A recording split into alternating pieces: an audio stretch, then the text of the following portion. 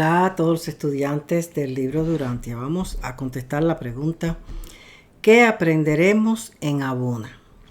Abona es el universo central y la escuela final de perfección de todos los ascendentes al paraíso. Abona no es un universo evolutivo, como lo son los 7 superuniversos que lo rodean, y dentro del cual del séptimo superuniverso vivimos nosotros ahora. El universo central es eterno y perfecto. Está compuesto de 1.000 millones de mundos organizados en 7 circuitos que rodean la isla del paraíso. Abona es el puente experiencial final entre lo finito y lo absoluto.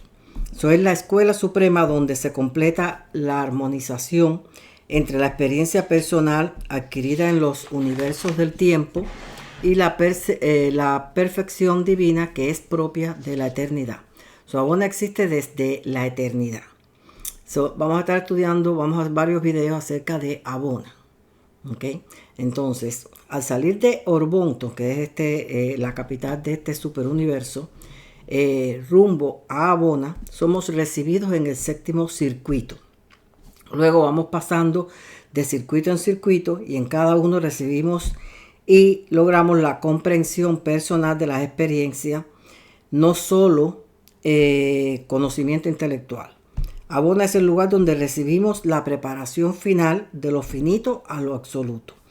Es donde se produce la adaptación completa de una criatura experiencial, como nosotros, en un entorno de perfección. El libro de Urantia no detalla exhaustivamente los programas de cada circuito, pero deja suficientes claves para acercarnos con fidelidad a lo que se vive y se aprende en cada circuito. Recuerden que cada circuito tiene millones de mundos. Vamos a tratar de ver pedagógicamente qué se aprende y qué se vive y qué resonancia nos sugiere espiritualmente y de qué se deshace el alma. Pero tenemos que hacer varios videos para ir presentando cada una de estas cosas. Es una proposición respetuosa, sin inventar nada de contenido, así que vamos a tratar de emerger desde lo implícito, es decir, lo que más o menos se nos ha dejado entrever, pero no está explícitamente paso por paso en el libro, pero sí implícitamente podemos llegar a ciertas conclusiones, aunque sean bien superficiales, pero para que nos dé una idea. En Abona el alma no solo aprende, sino que también se deshace de todo lo que ya no necesita como ser de luz perfecta, porque habrá cosas que nosotros necesitamos aquí en el tiempo, pero allí que allá vamos a estar en lo eterno, fuera del tiempo, un tiempo sin tiempo, pues hay cosas que ya no vamos a necesitar. Entramos en estado de espíritu evolucionario, plenamente formado, pero aún no perfeccionado. ¿Qué se vive allí? Se vive el primer contacto consciente con un universo sin error. Se vive la experiencia de ser sin lucha, sin imperfección, sin contraste. Se vive una profunda reorientación interior donde todo funciona y todo es armonía. Entonces, ¿qué se aprende? En realidad no es una escuela que no vamos a estar ahí mirando las clases que nos dan. No, se aprende en la relación. Se aprende en el contacto, se aprende en las actividades colectivas. ¿Qué se aprende? Se aprende a reconocer la identidad espiritual real, más allá del pasado morontial. Se aprende a ajustarse a la vida perfecta, sin perder la experiencia ganada en la imperfección. Se aprende a comenzar a verse a uno mismo como ciudadano eterno, no como sobreviviente. Si la idea de sobreviviente, la idea de pecado, todas esas cosas desaparecen, porque eso son cosas del tiempo. Se sabe a sí mismo: yo soy espíritu, pertenezco a la eternidad. La perfección no se construye, se revela. En los universos del tiempo, el alma crece por acumulación de experiencias, decisiones, méritos, identidad espiritual. Pero en Abona el proceso se invierte. cada circuito no suma, sino que te va despojando de todo lo que ya en el tiempo no hace falta.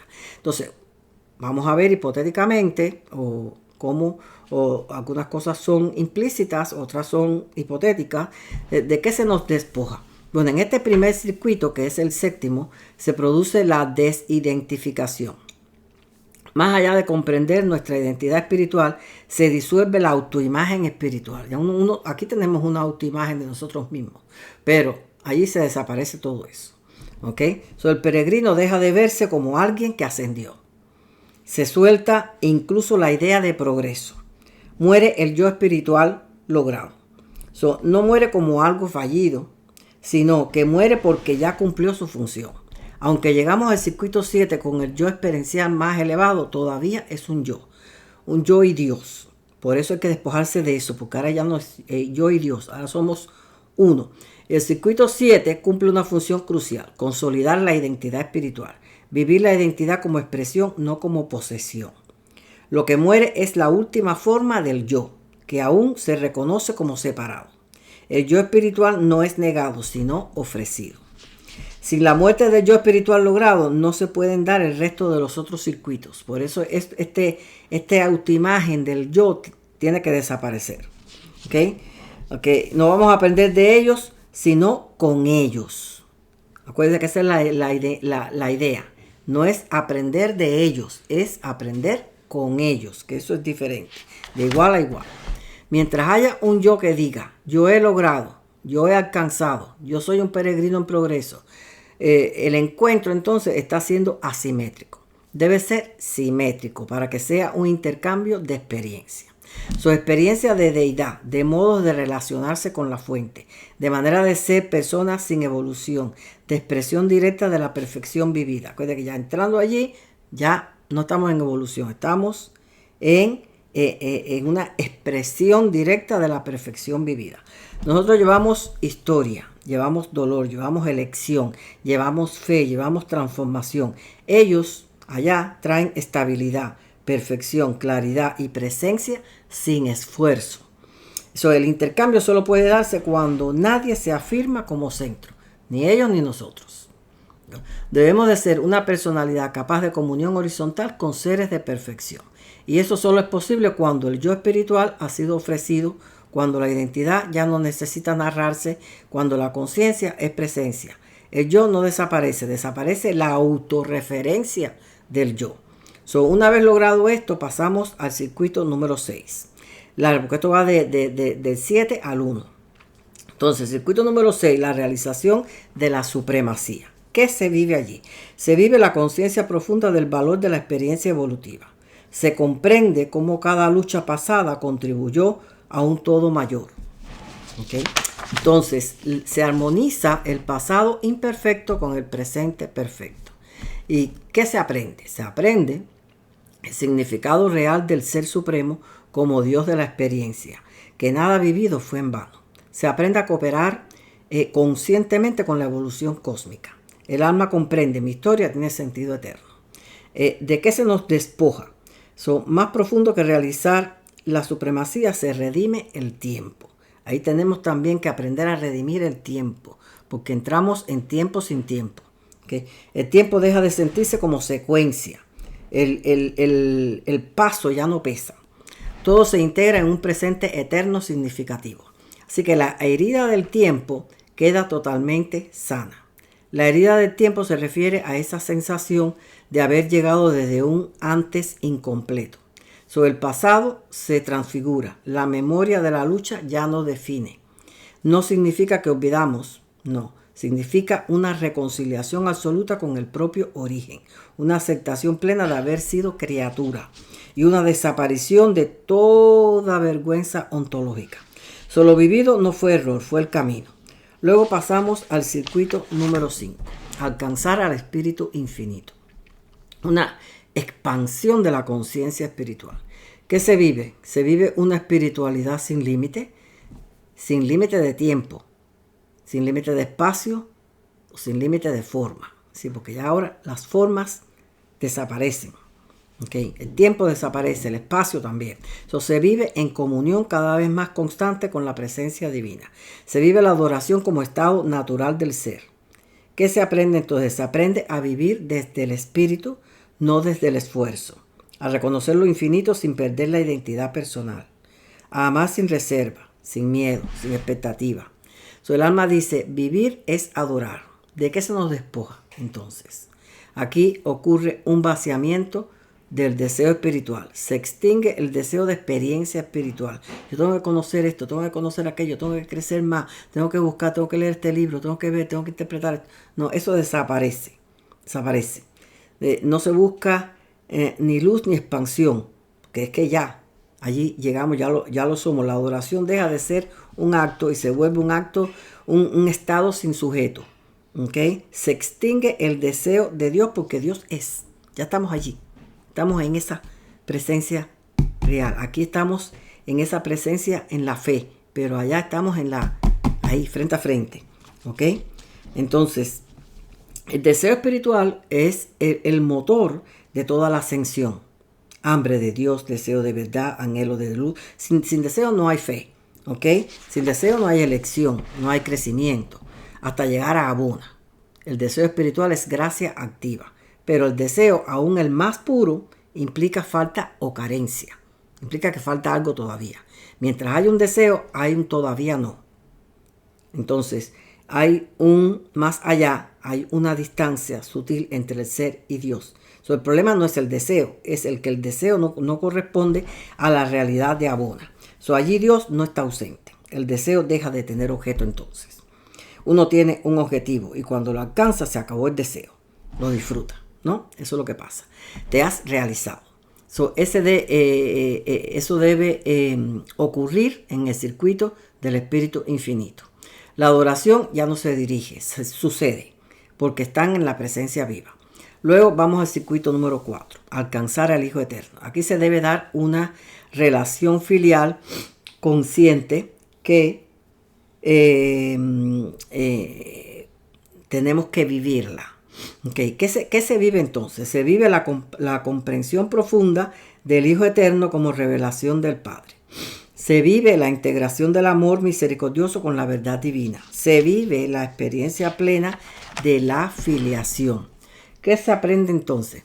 Se aprende a ser hijo consciente, no solo criatura creada. Se aprende a reflejar el amor del Hijo hacia otros. Se aprende a vivir la verdad como relación, no como concepto. Aquí el alma aprende, soy hijo, y el amor es mi naturaleza. ¿De qué se nos despoja entonces? La identidad de hijo se vuelve transparente. Se trasciende la filiación. El amor deja de ser relación para ser naturaleza compartida. El yo-tú desaparece. Luego vamos al circuito número 3 para reconocer al Padre. ¿Qué se vive? La búsqueda directa del Padre Universal. El deseo de encontrar al Padre. Ya está en su casa. Por eso, el deseo de encontrar al Padre ya estás allí. ¿Ok? Pero aún no lo has visto. Se vive la preparación interior para el encuentro absoluto. Se nos prepara para ese encuentro cara a cara con el Padre. Se vive un silencio profundo del ser. ¿Qué se aprende? Se aprende a buscar al Padre sin intermediarios. Se aprende a rendirse totalmente a la voluntad divina. Se aprende a reconocer al Padre como fuente y destino. El alma aprende, todo proviene del Padre y todo vuelve a Él. ¿De qué se nos despoja? En medio de ese silencio absoluto que se vive, cesan todas las preguntas. Cesan todas las imágenes que nos hemos hecho de Dios.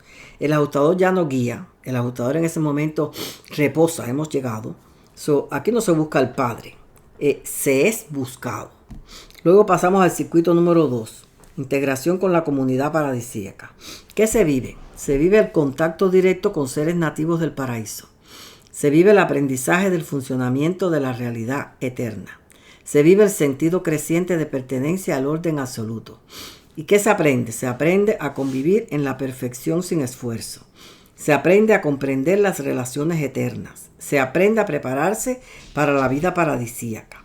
El alma aprende que la perfección también es comunidad. Entonces, ¿de qué se nos despoja en ese momento? Aquí ocurre una despersonalización consciente, pero vamos a explicarlo para asimilarlo. No desaparece el yo, sino su liberación. No es disolución de la personalidad, no es pérdida de identidad, no es anonimato, no es absorción impersonal. La personalidad es un don eterno del Padre y nunca se pierde, pero deja de ser centro y se vuelve instrumento, se vuelve funcional, porque eso es lo que el propósito. Cuando lleguemos allá, como somos finalistas, somos funcionales.